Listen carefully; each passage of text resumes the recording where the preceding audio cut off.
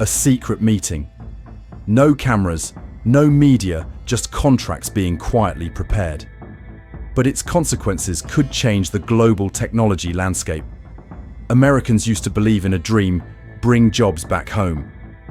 That one day, iPhones, Xboxes, or laptops will bear the Made in USA label. It's not just a slogan, it's national pride. However, the reality is completely the opposite. Apple is accelerating in India. Amazon is expanding into Mexico.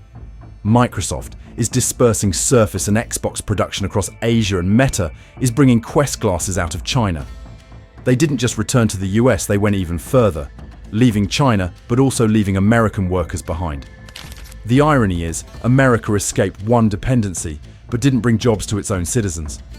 New factories are springing up but not on American soil, and the new opportunities again are for others. In this video, we'll explore 5 tech giants quietly shifting their supply chains to understand, is this a wise strategy or the beginning of a long-term loss for America? This video is based on public sources and trend analysis and does not assert or reveal any internal secrets. The goal is simply to look at the big picture together for discussion. Let's get started. Let's start with Apple, America's darling, the trillion-dollar company that always claims to be a symbol of innovation. But there's a hard truth to swallow. Over 90% of iPhones ever made were born in China in massive complexes where hundreds of thousands of workers toil day and night to keep up with production.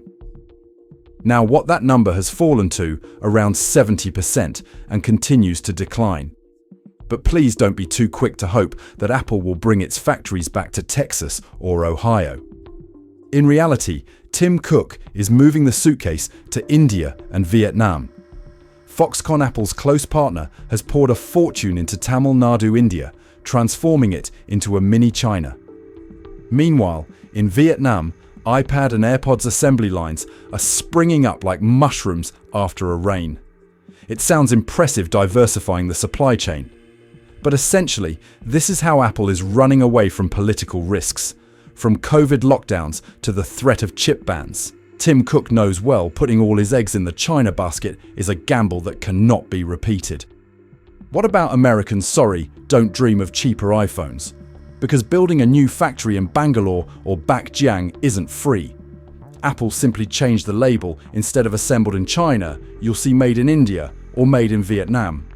And what about the made in USA dream? It will always just be a dream. The bitter irony here is every time Apple talks about diversification to reduce risk, they never add the clause, and keep jobs in the US. It turns out that diversification means opening more egg baskets in Asia, not putting an egg in California. Americans are still lining up to buy the latest iPhones, paying thousands of dollars, while also supporting millions of foreign workers. Americans still line up every year to buy new iPhones, paying thousands of dollars for a technological dream, but they've never touched an iPhone labeled Made in the USA. And perhaps they will never see. So the question is, did America really lose Apple? Or is it just temporarily renting out its future, and that's just Apple, the pioneer? Trust me, Google doesn't want to be left behind, and the Pixel story will surprise you even more. If Apple chooses India and Vietnam to diversify its risks, Google won't be far behind. But their story sounds both familiar and strange. Previously, Pixels were assembled quite a bit in Vietnam, a clever way to avoid dependence on China. But then Google decided to pack its bags and move production gradually to India. Why it sounds simple. US tariffs on goods from Vietnam can be as high as 46%, while those on goods from India are only about 26%. This difference of over 10% is enough to make Google see India as a lovely place. So they partnered with Foxconn and Dixon and invested further in the domestic supply chain in Bangalore and Noida, hitting multiple targets with one arrow, avoiding tax risks, being welcomed with open arms by the Indian government and taking advantage of cheap labor. Oh, that makes sense. But let's ask the question, what about the Americans? What do they get out of this deal? The answer, unfortunately, hasn't changed much. Pixel will still be far from cheap, as the costs of opening a new factory, shipping and quality control are not small. In terms of employment, don't dream. Every Pixel you hold in your hand might be assembled in India, but it certainly isn't assembled in Ohio. American consumers are only contributing to the growth of other countries' production, while their own country isn't creating many new jobs. And this is perhaps the most ironic thing. Google always says, data is safe with us. Your data is safe. But what about the phone you're holding in your hand? Who is it safe with? The answer is in the hands of the workers in Bangalore or Noida, whose names you've never even heard. Google may be building the future of AI in Silicon Valley, but for now they are establishing an entire manufacturing ecosystem in Asia. So it's clear Google isn't just leaving Beijing, they're also leaving Hanoi to find a warmer place in India. A wise move for the corporation, but for the average American, it's a bitter reminder that the Made in USA dream is increasingly out of reach. And if Google has made this decision, let's see what Microsoft's next move will be. If Apple has taken its eggs out of the China basket and Google has packed its bags and left Beijing for India, Microsoft can't sit still either. But Microsoft's story sounds both reasonable and a bit ironic. Imagine the Xbox you're playing a shooter game on could be labeled Made in Vietnam. And no, that didn't make the game load faster, but it certainly made American politicians more uncomfortable. In recent years, Microsoft has begun shifting production of Surface and Xbox to Vietnam. Why choose Vietnam? The usual reasons: cheaper labor costs, a stable political environment, and most importantly, escaping China's grip. After the shocks of the US-China trade war, technology corporations understand that placing their entire supply chain in a single country is like depositing savings in a bank that could go bankrupt at any moment. However, here's the paradox. Microsoft is an American company. Its products are bestsellers in America. American consumers pay for them. But where do the jobs go? Unfortunately, it's not Seattle, not Ohio, and certainly not Detroit. The middle-class Americans who once hoped to bring jobs back can now only look at the shiny surface and wonder, where did this really come from? What's noteworthy is that Microsoft still frequently touts innovation. It sounds grand, but if you look closely, the innovation here is just changing the factory address from China to Vietnam, an improvement that the American people didn't benefit much from. In fact, many people sarcastically remarked, "We're just changing the national labels, not the fate of American workers." Indeed, strategically, Vietnam offers significant benefits to Microsoft, avoiding geopolitical risks, accessing an emerging manufacturing hub in Southeast Asia, and leveraging free trade agreements. But this also confirms an uncomfortable truth. Made in the USA is now just a slogan in campaign speeches, no longer present on the products you hold in your hand. Americans are still spending money on Xbox for entertainment and buying Surface for work. But the surplus value, that is the labor production lines and wages, is flowing to a place halfway around the world. It's globalization. In its most ironic form, money travels the world while hope is stuck in Washington. And so, Apple, Google, and Microsoft, the three giants, have moved on along three different paths. But Amazon chose a more interesting direction, not just moving the factory, but building an entire logistics empire in Mexico. And that's the next story. If Apple chooses India, Google leans toward India and Vietnam, Microsoft knocks on the door of Southeast Asia, then Amazon decides to head south. Not just production, but building an entire logistics empire stretching from India to Mexico. And listen, Prime is the fastest, unless you ask fastest for whom and where is it produced. In fact, Amazon has expanded production of Fire TV and Kindle in India, while simultaneously accelerating the construction of massive warehouses and logistics centers in Mexico. A clever move, as Mexico is right next to the US and benefits from USMCA, the new version of NAFTA, the North American Free Trade Agreement. Result: Amazon has both utilized cheaper labor and avoided a series of tariffs compared to importing directly from China. Two birds with one stone, or rather one click that gets you both ends. But again, ask, what do Americans get? The answer sounds familiar to the point of boredom, not much. American consumers still pay their monthly Prime fees and still believe that buying today and receiving tomorrow is the pinnacle of convenience. But behind that speed are thousands of Mexican workers toiling for meager wages in warehouses as large as stadiums. A click away in New York, but 3,000 miles distant, it's the worker in Guadalajara who truly pays the price. More importantly, Amazon cleverly sold this story as a global expansion strategy, which sounds very impressive. But looking at it directly, it's simply expanding beyond US borders to optimize costs. When Jeff Bezos said Amazon was a customer-centric company, perhaps what he forgot to add was the center here isn't in Kansas or Michigan, but in the suburbs of Mexico City. Of course, strategically speaking, Amazon is playing an extremely clever game, avoiding dependence on China while staying close to the US border to cut shipping costs. But for American workers, this is another slap in the face. The jobs aren't returning home, but are staying just across the border.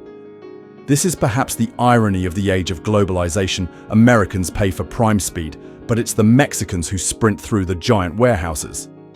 And once Amazon had shifted, it was Meta's turn next. A company that loves to talk about global connection, but whose production lines are completely cut off from China. Meta, the company that once changed its name to prove it was serious about the metaverse, a virtual world where you can work, party, and hide from debt. But there's a reality that's not virtual at all. The VR Quest headsets, a symbol of the future promised by Mark Zuckerberg, are gradually being assembled in Vietnam instead of China. Yes, they say it's a global solution, but in reality, it's just a relocation of the production chain, similar to what Apple, Google, Microsoft, and Amazon have done. Main cause. It's still the familiar obsession risk from China. Disruptions due to COVID, US-China tensions, and Beijing's increasing crackdown on tech corporations. Meta cannot allow the future of the metaverse to depend on a country that could close its borders overnight. Therefore, they chose Vietnam, a destination emerging as a hub for assembling electronic devices from iPhones and laptops to now VR glasses. That sounds reasonable, but for the average American, there's nothing new about it. Jobs are flowing across the border. You can wear VR glasses and attend a virtual meeting in your living room in Chicago, but the glasses themselves are made in Baekjiang. In the virtual world, you can be a global CEO, but in the real world, manufacturing jobs have been moved to Asia. It's a heartbreaking paradox. Meta is building the new world, while the old world still isn't creating any new jobs for Americans. And this is the most thought-provoking part. Zuckerberg says the metaverse will create millions of new jobs. Yes, but he forgot to specify where. Americans wear glasses to dream of virtual opportunities, while workers are sweating in very real factories. Strategically, Meta is right diversification, risk reduction, and following the trend of other tech giants. But looking at the bigger picture, we see a familiar pattern repeating 5 giants, 5 different paths, but all leading to the same outcome. Jobs not returning to the US. And that's the scary part of this closed-door meeting. It's not just business strategy, but a new chapter in the global power reshuffle. A chapter that ordinary Americans, whether they like it or not, will have to pay for. After taking a tour through Apple, Google, Microsoft, Amazon, and Meta, you've probably realized one thing: each company has its own path, but they all lead to the same destination, leaving China but not returning to the US. Americans are still the ones paying, but not the ones getting paid. A paradox that only 21st century globalization can create.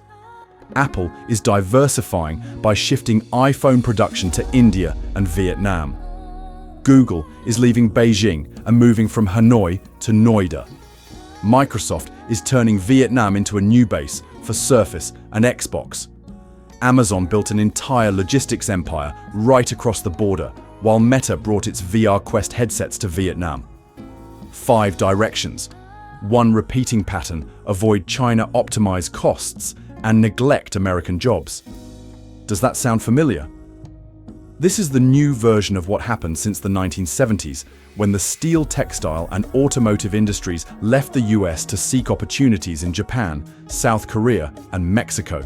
The only difference today is that the products are no longer cars or jeans, but smartphones, laptops, and VR glasses.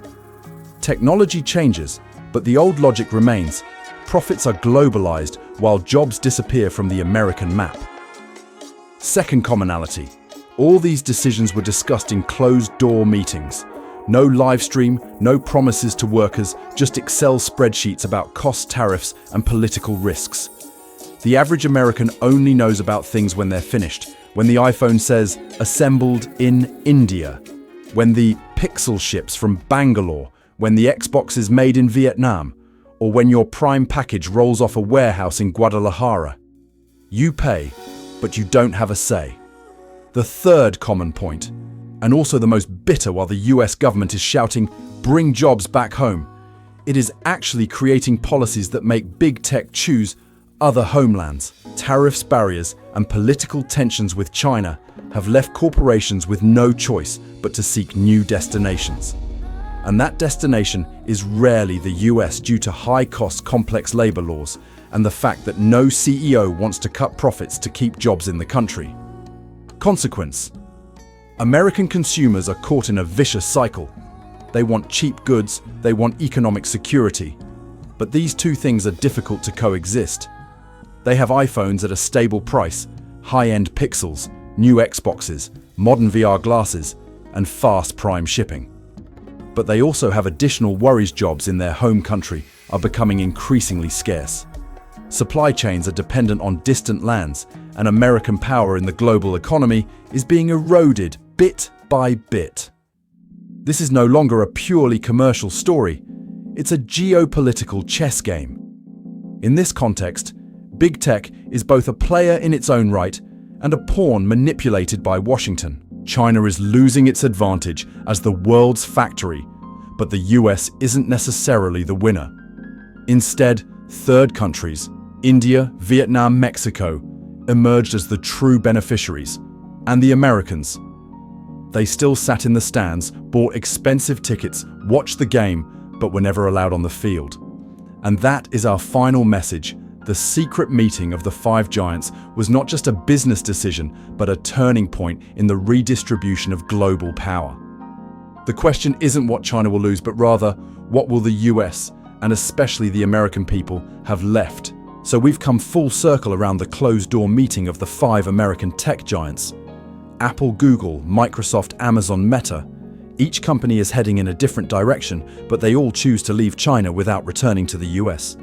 They call it supply chain diversification. But for the average American, it just means jobs are getting further away, and products are still as expensive as ever. The paradox lies in the fact that while Washington is calling for bringing jobs home, major corporations are quietly betting on factories in Bangalore, Jiang, and Guadalajara. Americans pay taxes, spend money, and wait for promises. And in return, they receive boxes labeled assembled in India or made in Vietnam. Globalization hasn't stopped. It's just changed its address. And this is the big question. Who really wins in this game? Is it big tech with huge profits? Are they emerging countries that are successfully rising to become the new workshop of the world? Or is it the US government using tariffs and policies to reshape the global landscape? And what about ordinary Americans? Are they just spectators in a game where their own future is being wagered? I'd like to hear your opinion. What do you think about the exodus from China? Is this an opportunity for the US, or just another empty promise? Leave a comment below. I'll read them all and might choose a few ideas to include in the next video. If you find this topic important, please hit subscribe so you don't miss part 2, where we'll delve into the question, who truly benefits the most when China loses its position as the global factory? And don't forget to hit the bell to receive notifications. This video is not intended to attack any individual or nation, but rather to analyze the global economic and political context based on publicly available information and reliable reports. The goal is to provide a multifaceted perspective and stimulate healthy discussion. Thank you for watching until the end. See you in the next videos.